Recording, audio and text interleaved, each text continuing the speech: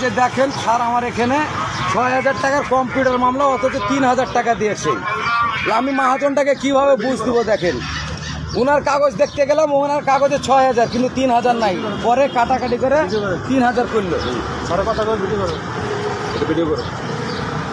আমার অপরাধ কি? আপনি ৬,০০০ টাকার এটা মামলা দিবেন না, আপনি ৩,০০০ টাকা দেন।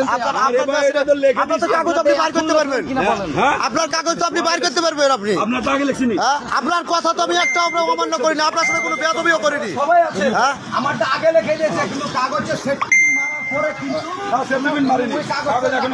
আপনি কেন আপনি ৬,০০০ টাকার মামলার ওই স্লিপ করবেন?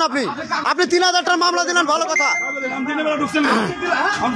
আপনার অপরাধ তো আমি স্বীকারই করলাম, আপনার দিনের বেলা ঢুকেছে।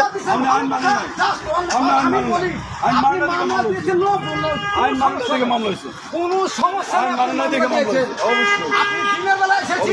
মাথা নিচে মামলা দিয়েছেন, মামলা খাই কিন্তু আপনি ৩,০০০ টাকার কথা বলে ৬,০০০ টাকা কেন আপনার নাম্বার দিলেন? আপনি এখানকার আপনি বলছেন আমার সাথে যোগাযোগ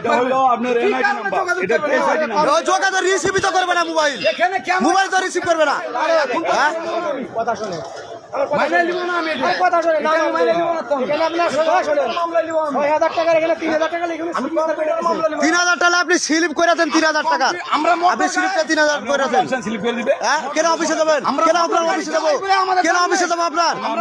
আপনার তো স্লিপ করে না, ৩,০০০ টাকা নাই।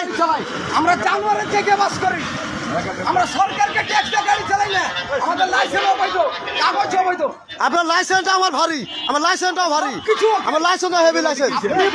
৩,০০০ টাকার মামলা আপনারটাতে কিভাবে ৬,০০০ চাই? আপনারটাই ৬,০০০ কিভাবে চাই? না না না, আপনি আমাকে বললেন স্যারে যে মামলা থাকলে ৬,০০০ টাকা লাগবে, আমারটা কোনো মামলা নাই, তাহলে কিভাবে ৬,০০০? কিভাবে বলেন? মোবাইলটা নিয়ে যাবো, অন্যায় আমরা করিনি তো। না না, অন্যায় তো আমরা করিনি, অন্যায় তো আমরা করিনি। আপনি তো নিজে করছেন, আপনি তো অন্যায় আমরা করিনি, অন্যায় তো করছেন আপনি।